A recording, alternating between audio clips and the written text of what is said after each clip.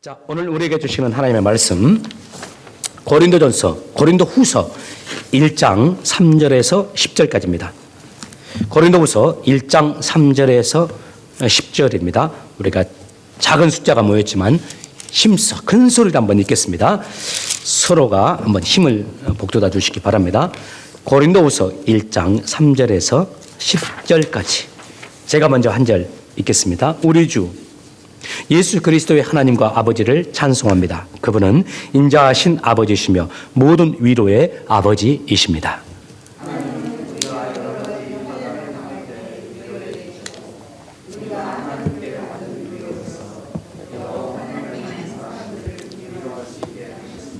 그리스도의 고난이 우리에게 넘쳐나는 것처럼 그리스도로 말미암아 받은 우리의 위로도 넘치게 되었습니다. 이것은 여러분을 위로하고 구원받게 하기 위한 것입니다. 우리가 위로를 받는다면 그것도 여러분을 위로해 주기 위한 것입니다. 위로로 여러분은 우리가 당하는 고난과 동일한 고난을 받을 때 오래 참습니다. 여러분을 향한 우리의 소망은 확고합니다.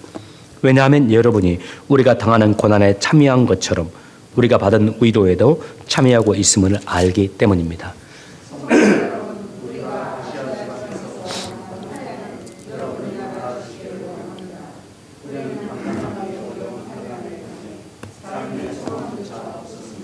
마음속으로는 사망 선고를 받았다는 느낌마저 들었습니다. 그러나 이렇게 된 것은 우리 자신을 의지하지 않고 죽은 자를 살리시는 하나님을 의지하도록 하기 위해서였습니다. 하나님께서는 이렇게 무서운 죽음의 위기에서 우리를 구원하셨으며 앞으로도 구원하실 것입니다. 우리는 하나님께서 계속해서 우리를 구원해 주실 것이라는 소망을 하나님께 두었습니다. 아멘. 예, 앉으시기 바랍니다. 오늘도 변함없이 예배 드릴 수 있도록 하나님께서 은혜 베풀어 주신 거 감사합니다. 오늘 예배를 통해서 하나님이 특별한 은혜 예배 가운데 나오신 여러분에게 주실 줄 믿습니다. 무엇보다 이 코로나 위기 속에서도 하나님이 여러분의 가정을 지켜주시고 우리의 삶을 지켜주시길 바랍니다. 우리가 지금 전 세계적으로 유례 없는 전염병의 시기를 보내고 있죠. 현재님 조금만 제 소리 올려주실래요? 이전까지 전염병은 한 지역에 국한됐어요. 그게 좀 퍼져도 나라에 국한되었죠. 중세 유럽 때 흑사병이 돌 때에도 대륙은 뛰어넘지는 못했습니다. 지금 완전히 달라졌어요. 이 세계화의 흐름 속에서 이제 비행기 타면 미국에서 한국에서 우간다 다 갈 수 있지 않습니까? 전 세계가 다 하나로 연결되다 보니까 이제 전염병, 이 코로나가 대륙을 뛰어넘어서 완전히 전 세계로 퍼져나가게 되었습니다. 전 세계적으로 전염병이 퍼져나가고 전 세계적으로 어려움들이 생기는 거, 이런 현상 성경에서 말세의 현상으로 나와 있죠. 성경을 우리가 보면서 말세에 전 세계적으로 우환이 일어나고 어려움이 생긴다. 또 말세에 참 고통들이 전 세계적으로 진행되어진다. 이런 말씀들 읽을 때 전에는 이렇게 마음에 와닿지 않았었습니다. 이해가 잘 안 되죠. 그런데 지금을 살아가면서는 우리가 쉽게 공감할 수 있어요. 이 바이러스 하나 우리가 어떻게 퇴치를 못 하잖아요. 한 나라에서만 일어나면 전 세계적으로 퍼져버려요. 한 곳에서 이렇게 변이 바이러스가 생기면 전 세계적으로 그 변이 바이러스도 퍼지게 되어버린 겁니다.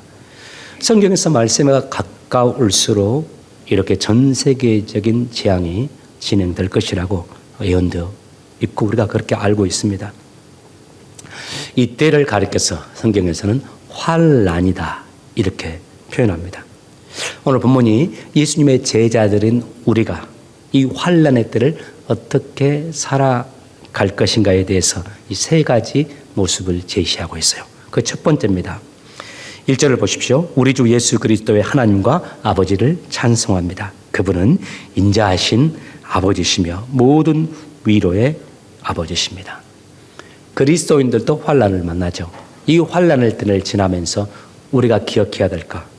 찬송하자는 겁니다. 이 환난의 때에도 우리들은 찬송하며 주님을 따르자는 말씀입니다. 1세기 고린도라는 도시는 상업으로 매우 번창한 도시였습니다.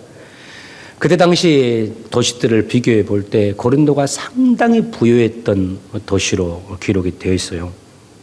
그런데 그 고린도라는 지역에 바울이 복음을 전하고 그 고린도 지역에 교회가 생겼는데, 고린도 교회 아닙니까? 오늘 본문 우리가 읽은 편지가 전해진 곳인데, 그런데 그 고린도 교회에 다니는 성도들이 상당히 형편이 어려웠다고 기록에 나와 있어요. 그 지역은 대체적으로 부유한 지역인데 그 교회에 나온 그리스도인들은 상대적으로 박탈감을 가질 만큼 서민 계층의 사람들이었습니다. 예나 지금이나 물질은 사람들의 행복감에 큰 영향을 미친다고 생각해요. 어쩌면 지금보다 과거에는 더 그랬을지도 모릅니다. 물질 없이 살아간다는 거 참 어려운 거죠. 그런 설상가상으로 그들에게 어려움이 겹치게 돼요. 예수님으로 인해서 그 믿음 때문에 세상에서 어려움을 당하게 된 겁니다. 예수님을 믿는 그 믿음 때문에 조롱도 당하고 핍박을 당하면서 그 시간들을 지내야 되는 상황입니다. 삶의 어려움 앞에서 바울이 전해진 복음을 듣고 그 복음에 기대어서 희망을 가지고 살아가고 있었는데 오히려 그 복음마저 그들의 삶을 힘들게 하는 큰 원인이 되어버린 그런 상황이에요.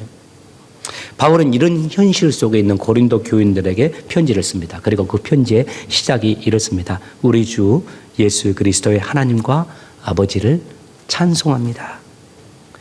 하나님이 찬양받기를 원한다라고요. 환난 가운데서도 하나님을 찬송하는 자들이 되자고 또 말하는 거죠.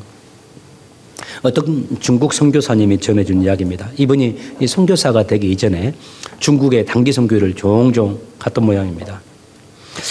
중국 어떤 상황인지 아시죠?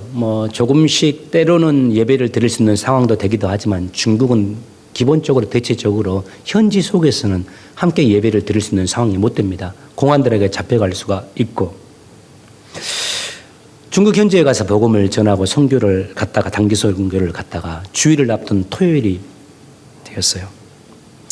이 같이 선교를 떠난 분들이 고민했습니다. 토요일 날 오후에 내일이 주일인데 주일 예배를 어떻게 할 것인가. 아시다시피 함께 예배 모여서 예배 찬송 부르고 예배 드렸다가는 주민들에게 이제 현지에서 지금 복음을 전하니까 주민들이 그 찬송 소리를 듣고 공안에 신고하면 우리가 주일 예배를 드리다가 어려움을 당할 것 같고 잡혀갈 것 같고, 주일인데 주일 예배를 좀 안 드리는 것이, 선교까지 와서 주일 예배를 드리지 않는다는 것이 좀 그렇고, 같이 토요일 날 오후에 모여서 이야기를 하다가 옥신각신하는 상황까지도 됐다고 그래요. 어떤 이들은 꼭 예배를 드려야 한다라고. 여기 와서 복음 전하러 왔는데 예배 드리다가 잡혀가면 어떠냐고. 아니 복음 전하러 와서도 예배를 안 드리면 그게 되겠냐고. 또 어떤 이들은 이거 복음 전하다가 잡혀가면 이것도 맞는 것이겠느냐 이러면서 서로 옥신각신하는 상황이 됐어요. 그러다가 리더가 되는 그 목사님, 그 단기 선교를 이끌고 온 리더의 목사님이 아이디어를 내놓았습니다. 내일 아침 일찍 우리가 좀 일어나자고. 다른 사람들이 일어나기 전에 새벽에 일어나서 우리가 조용히 하나님께 예배를 드립시다. 그럼 주변 사람들 못 들으니까. 다 좋다고 그 아이디어에 찬성했습니다. 그 다음날 아침에 그 목사님 예배를 인도하는데 이 목사님이 한 가지 제안을 했어요. 첫 번째 찬양을 부르는데 만입이 내게 있으면, 그 찬양 아시죠? 만입이 내게, 만 개의 입이 내게 있으면 그 입 다 가지고, 그 입을 가지고 내 구주 주신 은총을 늘 찬송하겠네. 한국에서 이 찬양 예배 임내성으로 많이 부릅니다. 우리는 복의 근원 강림하사 부르지만 또 한국교회 아실 겁니다. 이 찬양을 첫 번째 찬양으로 많이 불러요. 이 찬송을 같이 부르자고 제안을 했어요. 단 소리는 내지 말고 입만 뻥끗뻥끗 하면서 만입이 내게 있으면 그 입 다 가지고, 이렇게 찬양하자고 했습니다. 그 찬양을 부르고 예배를 시작했는데 그곳에서 함께 예배드리는 사람들이 다 펑펑 울었다고 그래요. 이분이 선교사로 이제 인생을 드리게 되었는데, 선교사로 살아가기 전에도 자기가 예수님을 만나서 많은 사람들과 큰 교회에서 손들고 찬양하고 큰 소리로 찬양하고 좋은 악기들도 찬양했고, 또 선교사가 되어서도 여러 예배를 인도하기도 하고 또 예배에 참여해서 찬양을 드렸는데, 자기가 평생에 하나님께 드렸던 그 어떤 찬양보다도 그때의 찬양이 가장 가슴을 뜨겁게 하고 하나님의 임재가 가득했었다고 그래요. 힘들고 어려운 상황 속에 드렸던 그 찬양 속에 하나님의 임재가 가득했고 하나님의 그 찬양을 받으셨던 것을 그가 느낄 수 있었다고 합니다. 자기 인생에 드렸던 최고의 찬양이었다고, 그 찬양이. 우리가 코로나로 인해서 예배 드리는 것이 어려운 시기 아닙니까, 지금이? 오늘은 또 눈까지 온다고 하죠. 벌써 이제 예배 취소한 교회들이 많습니다. 예배 드리기조차도 부담스러운 이때 아주 우리 마음에 새길 이야기라고 저는 생각해요. 지금 우리가 들을 찬양이 이런 찬양이라고 생각하고 또 이 찬양이 될 것 같다는 생각도 합니다. 우리가 비록 이전과 같이 자유롭게 모이지 못한다 할지라도 또 전염성 위험이 있어서 마스크를 쓰고 예배를 드리고 찬양을 드리지만 주를 향한 우리의 찬양과 주를 향한 우리의 마음이 이러하길 원합니다. 이 어려움 속에서도 하나님 찬양했으면 좋겠어요. 약 10일 전, 15일 전일까 눈이 많이 와서 집에 다 불이 이렇게 나간 집들이 있을 겁니다. 그때 제가 또 감기하고 같이 온 것 같기도 하고, 와이프는 제가 코로나도 양성 받은 거 아시죠? 코로나도 걸렸고 또 감기도 같이 온 것 같은 느낌이 들었어요. 불 나갔죠. 코로나 걸렸죠. 감기 걸린 것처럼 너무 힘들었죠. 이런 상황, 교회에 나오지도 못했지 않습니까? 간사님과 그때 우리 찬양팀과 같이 영상으로 우리가 잠깐 짧은 모임을 했어요. 좋은 환경에서 멋지게 찬양하는 것보다 어려운 환경에서 소수가 모였을 때 찬양할 때 그게 진짜 찬양이다. 과거에는 우리가 50명, 많게는 60명, 아이들 것 모일 때는 70명, 80명까지 모여서 예배를 드릴 때 그때 찬양팀 앞에서 찬양 부를 때 그 영감 있는 찬양 같고 그 찬양에 은혜가 있는 것 같고 찬양단조차도 그때는 찬양할 만해요. 그 이야기를 했어요. 근데 진짜 찬양은 그때 찬양보다 지금 모이기 힘들어서 소수가 모여서 드리는 찬양, 정말 누구 하나 마음껏 크게 찬양하는 사람이 없이 다 마스크를 쓰고 찬양 소리도 안 들리고 우리 찬양단 자체도 찬양할 맛이 안 나는 그런 찬양의 상황 속에서 찬양하는 것, 진짜로 하나님이 우리에게 원하시는 찬양단의 모습이 아닐까. 그래서 사람 아무리 적다 할지라도 거기에 구애받지 말고 최선을 다해서 찬양하라. 진짜 하나님이 소수가 모인 찬양 속에서 찬양을 인도하는 우리 찬양팀을 보면서 하나님이 받으시도록 최고의 찬양을 드려보자. 더 많이 말도 하고 싶었어요. 옷도 그냥 나오지 말고 그냥 입고 오지 말고 이전보다 더 좋은 옷 입고 나오시고 최고의 멋지게 하나님께 드리는 찬양으로 우리가 소수가 나가보자. 이 어려운 때 이 이야기를 우리 성회자매님 그리고 찬양 인도하는 간사님 그리고 제 안에 이렇게 함께 모여서 제가 말씀을 나눴어요. 그러다 불이 나갔고 몸은 아프고 코로나는 걸렸고 교회는 걱정되고, 그런데 그때 우리 간사님이 그 다음 달인가 내가 누워있는데 찬양팀 카톡방에 찬양을 딱 이렇게 하나 공유했어요. 그 찬양 제목 제가 우리 찬양을 재직들한테는 보내드렸는데 그 찬양이 이 찬양이에요. 이와 같은 때엔 난 노래하네. 그 찬양 아시죠? 이와 같은 때엔 난 주님을 노래하네, 주님을 찬양하네 하면서 이와 같은 때가 주님을 찬양하고 주님을 노래할 때다. 사람은 자기가 조금만 어려워지면 믿음도 더 없어져 버리고 마음도 더 흔들려 버립니다. 그런데 진짜 그리스도인이라면 어느 때 찬양해야 되느냐, 어느 때가 진짜 하나님께 나갈 때냐, 가장 어려운 이때 아닐까 이런 생각해요. 정신이 번쩍 들더라고요. 참 공감되는 찬양이었어요. 그래서 제가 우리 재직들한테도 보내드렸는데요. 우리가 하나님 사랑한다, 하나님 찬양한다 하면서 수없이 말했죠. 진짜 찬양해야 할 때, 언제일까요? 지금 환난 때 주님을 찬양할 때입니다. 환난의 시간 이렇게 지납시다. 두 번째 메시지입니다. 4절과 5절을 한번 보시기 바랍니다. 하나님은 우리가 여러 가지 환난을 당할 때 위로해 주셔서 우리가 하나님께 받은 위로로서 여러 환난을 당한 사람들을 위로할 수 있게 하셨습니다. 그리스도의 고난이 우리에게 넘쳐나는 것처럼 그리스도로 말미암아 받은 우리의 위로도 넘쳐나게 되었습니다. 환난의 시기에 이거 기억했으면 좋겠어요. 위로하시는 하나님의 은혜요. 이 환난 중에도 우리 하나님은 우리와 함께 하시면서 우리를 위로해 주신다는 사실을 기억하면서 보내자는 말씀입니다.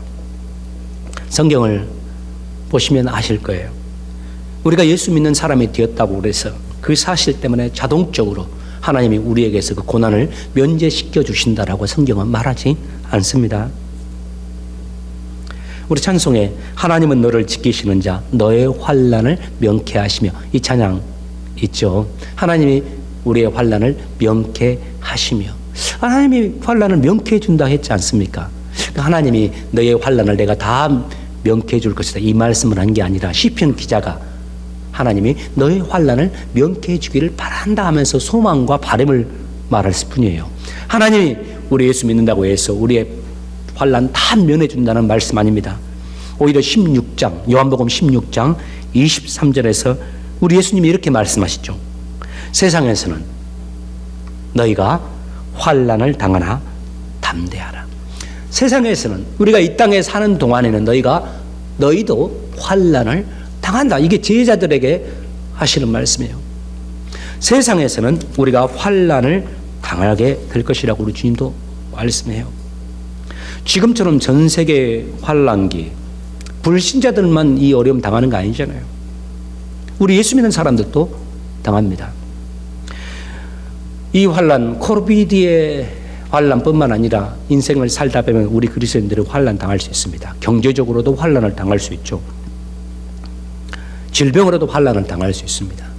내가 질병을 얻을 수도 있고 내 가족이나 내 사랑하는 사람들이 질병으로 인해서 병마로 고통을 당하는 환난을 만날 수도 있습니다. 그리스도인이요. 또 교회적으로도 환난을 당할 수 있습니다. 내 자녀가 환난을 당할 수가 있습니다. 사회적인 어려움으로 인해서 그 사회에 포함된 그리스도인 나조차도 그리스도인인데도 고통을 당할 수 있습니다. 우리가 이런 환난, 고난을 당할 때 불신자들과 다른 것은 하나 있습니다. 우리가 똑같이 환난과 고난을 당할 수는 있지만 반드시 그리스도인으로서 기억해야 될 것, 하나님께서는 반드시 그 환난 속에서도 우리를 위로해 주신다는 말씀이에요. 오늘 고린도후서 1장을 가리켜서 위로장이라는 별명을 붙였습니다. 고린도전서 13장이 사랑장, 히브리서 11장이 믿음장, 그리고 고린도후서 1장이 위로장이에요. 환난이라는 단어가 많이 나와요. 반복해서. 또 그와 더불어서 같이 나온 단어가 위로가 나옵니다. 집에 가서 한번 읽어보시기 바랍니다. 위로라는 헬라어 단어가 파라클레시스라는 단어입니다. 파라클레시스. 파라는 옆에라는 뜻이에요. 옆에. 파라. 에클레시아시아 클래스 하면은 부르다라는 거예요. 불러서 옆에 있는 걸 말합니다. 파라클레시스. 헬라어로 파라클레시스가 우리나라 말로 위로하다는 뜻인 위로라는 단어인데요. 이게 풀었으면 옆에 함께 존재하다는 단어입니다. 내 마음을 억누르는 어려움, 환난이 내게 다가왔을 때 깊은 한숨을 쉬고 살아가야 되는 그런 상황 속에 있을 때 하나님이 나를 불러서 나와 함께 계시다라는 단어를 우리나라 말로 위로라고 번역을 했어요. 저는 이 말씀을 읽으면서 딱 한 2주 전에 제가 여러분에게 말씀을 전했던 다니엘서의 말씀이 떠오르더라고요. 다니엘의 세 친구 사드락, 메상, 아벳느고 기억하실 겁니다. 그 사람들이 얼마나 신실하게 하나님을 섬겼던 사람들입니까? 17, 18 나이에 먹는 것까지도 구별해서 하나님을 섬기고 싶어 했어요. 믿음의 절개를 지키기 위해서 느부갓네살 왕의 신상에 절하는 것을 거부했지 않습니까? 그로 인해서 그들에게 다가온 어려움 아시죠? 풀무불에 던져지는 위기를 당하게 되었습니다. 그들의 인생에 아마 가장 큰 환난일 거예요. 그런데 그 환난이 그들의 믿음을 지키다가 그 믿음으로 인해서 그 환난이 다가왔지 않습니까? 왜 그들에게 하나님 잘 믿는 그들에게 그 환난을 하나님은 허락하셨을까요? 성경에는 나오지는 않습니다. 그거는 하나님만이 아는 비밀일 겁니다. 우리가 인생을 살면서도 왜 하나님이 환난을 우리에게 허락하실까요? 적어도 평생 예수 잘 믿어왔으면, 특별히 세상에 살면서 나쁜 일을 하지도 않고 물질도 하나님께 드리고 내 에너지도 드리고 내 시간도 드리면서 평생 주님 섬겨왔으면 하나님이 좀 다른 사람보다 더 많은 복을 주셔야 되는 거 아니에요? 많은 복은 안 주신다 할지라도 환난 정도는 면해 주셔야 되는 거 아니에요? 그런데 우리의 삶에 환난이 다가오잖아요. 그리고 그 환난의 이유도 알 수 없는 것이 우리에게 또 힘든 것 중에 하나입니다. 왜 하나님이 이 환난을 내게 허락하시는지, 왜 나는 이 환난을 겪어야만 하는 건지, 그리고 언제까지, 하나님은 언제까지 이 환난을 내게 허락하실지, 나는 언제까지 이 환난을 가지고 이 환난을 지나면서 살아야 하는지, 이게 우리 그리스도인들에게 힘든 거 아니에요? 오늘 말씀 나눈 사드락 메삭 아벳노고가 그 고난을 당합니다. 믿음 때문에 그 고난을 당하는데도 왜 그 고난을 당해야 하는지 그거 성경에 나오지 않습니다. 그거는 하나님만이 아시는 비밀이에요. 그런데 한 가지 분명한 게 나오죠. 이 풀무불에 세 청년이 던져졌을 때 여러분 기억하십니까? 그 풀무불 안에 이 세 청년만 있었던 것이 아니에요. 한 사람이 그들과 함께 있었어요. 그 한 사람 하나님인가 아실 겁니다. 하나님께서 그들과 함께 계신 겁니다. 그 환난 가운데 있는 그들과 동행하시면서 그 옆에 그들과 함께 주셨어요. 환난의 때를 지날 때, 우리가 환난의 길을 걸어갈 때, 환난을 통과할 때 정말 언제까지 내가 이 환난을 경험해야 되는지, 왜 하나님이 내게 환난을 허락하시는지 알 수 없을 때도 이 사실은 기억했으면 좋겠습니다. 이 환난 중에도 하나님이 지금 나와 함께 하시면서 나를 위로해 주신다는 말씀. 세 번째입니다. 환난의 시기에 우리가 기억해야 될 것. 환난의 시기에 하나님을 의지하는 자들이 되자라는 말씀입니다. 8절과 9절을 한번 보시기 바랍니다. 성도 여러분, 우리가 아시아 지방에서 당한 환난을 여러분이 알아주시길 원합니다. 우리는 감당하기 어려운 환난을 당해 삶의 소망조차 없었습니다. 마음속으로는 사망 선고를 받았다는 느낌마저 들었습니다.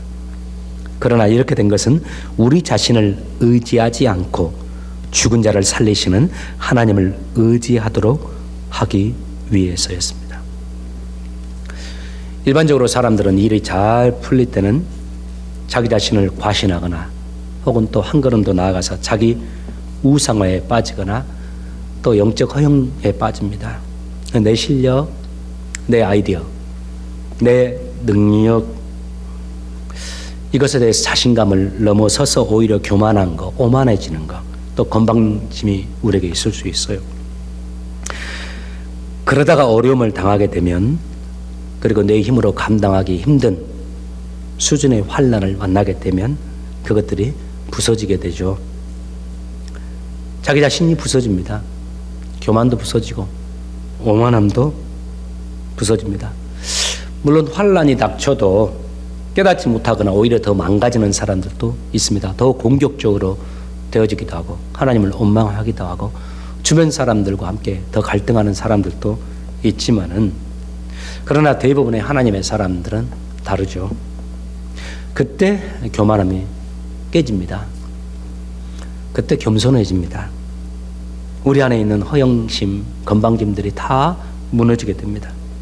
정말 나는 참으로 미약하고 부족한 존재라는 사실을 저절로 고백하게 되지 않습니까? 그때 비로소 우리가 하나님께로 우리 눈을 돌리게 되죠. 의지할 분은 하나님밖에 없음을 뼈저리게 느끼게 되고, 그래서 하나님 한 분만을 의지하게 됩니다. 8절에 보니까 사도 바울이 아시아에서 정말 힘든 고난을 당했다고 스스로 고백합니다. 사망 선고를 받은 것 같았다고 말을 해요.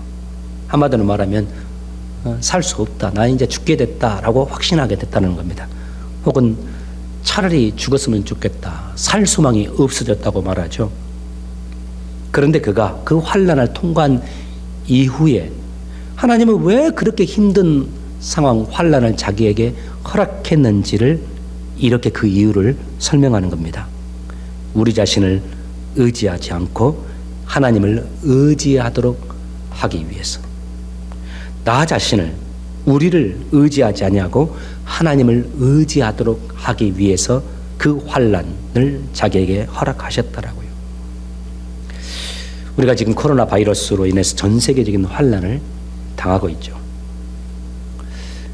이 환난 여러분, 이 코로나 바이러스 언제 끝날 것 같습니까? 저는 이런 생각도 해봐요. 이 코로나 바이러스 끝난 것은 둘째고 고사하고 또 다른 환난이 우리에게 다가올 것 같은 생각도 들기도 해요. 코로나 바이러스뿐만 아니라 다른 것도. 지금 보니까 또 뭐 지진이 또 전 세계적으로 일어날 징조가 또 보인다고 또 나오기도 하는데, 성경에 보면 말세가 가까울수록 계속적으로 전 세계적인 어려움들이 생길 겁니다. 환난이. 그런데 성경에서 또 그렇게 기록되어 있어요. 그런 환난이 전 세계적으로 진행되어져도 사람들은 세상에 취할 거라고요. 그리고 또 그 어려움 속에서도 사람들은 상대적으로 평안함을 누릴 거라고. 그래서 평안하다, 괜찮다. 전에 없는 어려움들이, 환난들이 전 세계적으로 일어나도, 내 주변에 일어나도 나는 그 가운데서 그래도 살만한 상황이 되니까 평안하다. 그때 주님이 이 땅에 오신다고 했지 않습니까? 이 환난기가 우리에게 다가왔을 때, 환난이 우리의 삶에 다가올 때 이 세 가지를 기억하면서 살았으면 합니다. 어떤 환난 속에서도 하나님을 찬양하면서 살자라는 것. 두 번째, 그 환난 속에서 하나님이 나와 함께 하시면서 나를 위로해 주신다라는 사실. 세 번째, 그 환난 속에서 나를 의지하지 아니하고 하나님만을 의지하며 살아가는 저희들 되자는 말씀입니다. 오늘 환난 속에서 살아가는 저희들에게 주님이 주시는 말씀입니다. 하나님 찬양하시고 위로하신 하나님이 우리와 함께하는 것 기억하시고 또 하나님만을 의지하면서 이 환난의 시기를 잘 이겨내시는 여러분 되시길 주의 이름으로 축복합니다. 우리 다 같이 자리에서 일어나서 찬송하면서